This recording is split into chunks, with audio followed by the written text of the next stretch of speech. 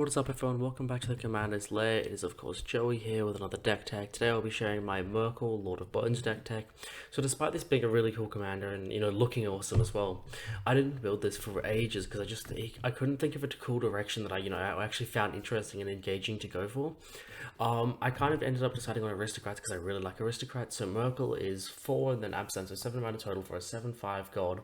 As long as your life total is less than or equal to half your starting life total, Myrkul, Lord of Bones, has indestructible. And whenever another non-token creature you control dies, you may exile it. If you do, create a token that's a copy of that card, except it's an enchantment and loses all other card types. So there's heaps of really interesting interactions there, because obviously a lot of cards are creatures and they're based around the fact that they are creatures. So when they turn into enchantments, they work very weirdly, and some synergies of 1/1 counters and -1 counters and all that. They just work really interesting. Basically what we're doing is we're going to be sacrificing those creatures, making them get off the board, and then using creatures that when they enter, they give us lots of tokens to amass an army, and then have some kind of protection on our creature-based aristocrats. They're going to ping all of our opponents, but aren't going to be able to be hit, because if their opponent does get rid of them, they're just going to come back as enchantments, even harder to kill.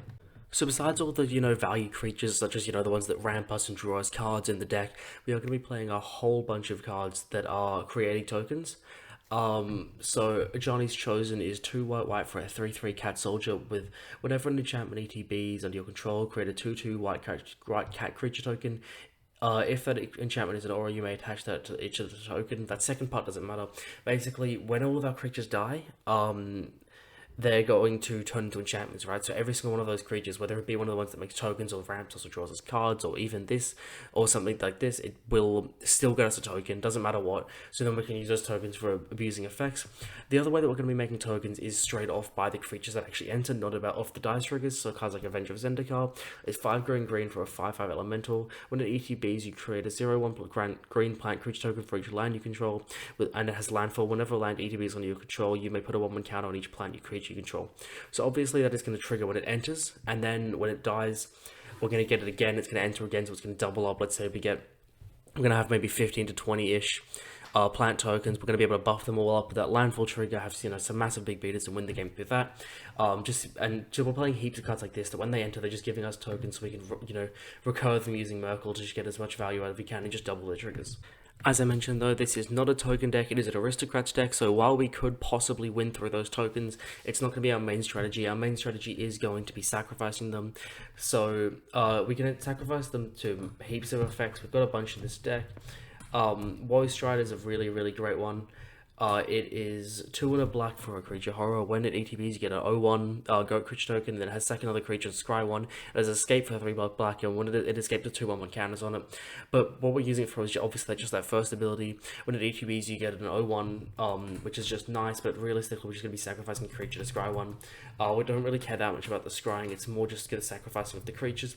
Similar to Carrion Feeder, it's a black mana for a 1/1. It can't block, but it has second creature, put a 1/1 counter on it.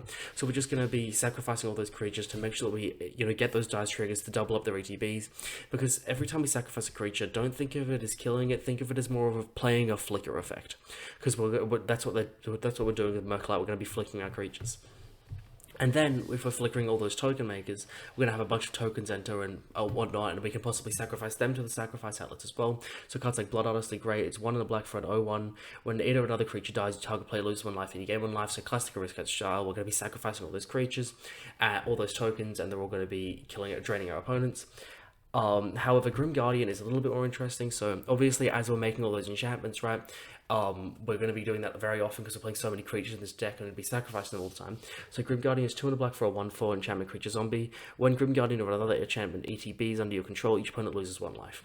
So we're just getting, every time we are going to be doubling those triggers and killing our creatures to get them back, we are going to be turning them to enchantments, which will obviously trigger Grim Guardian and will drain our opponents. And that's obviously the other way we're going to win the game, is just through the extra value and the extra drain that we're going to get through that, on top of all the drain that we're already getting with the rest of the cards that are in our deck. Thank you guys all so much for watching, I really appreciate it. This is going to be the end of the video, of course. Myrkul is obviously a really interesting commander. These are a little more expensive than most of my decks. It's $116 at the time of recording. It's fluctuating from 110 to 116 though. It has a low of 110, so I'll be going with that for the price. But basically, yeah, I hope you guys like what I've done. I obviously went for an Aristocrats build because I like Aristocrats, and I kind of felt a bit directionless with this commander. But there is a bunch of really cool synergies in the deck, lots of really interesting niche cards that you wouldn't expect to see in there. Let me know what you think in the comments how you would have built Myrkul. Maybe if there's another commander you'd like me to build for you, like I have done for a couple of my subscribers in the past, just let me know. Otherwise, thank you guys all so much for watching. Make sure to like if you did enjoy the video, subscribe if you want to see more, comment your thoughts, and I'll see you guys all in the next one.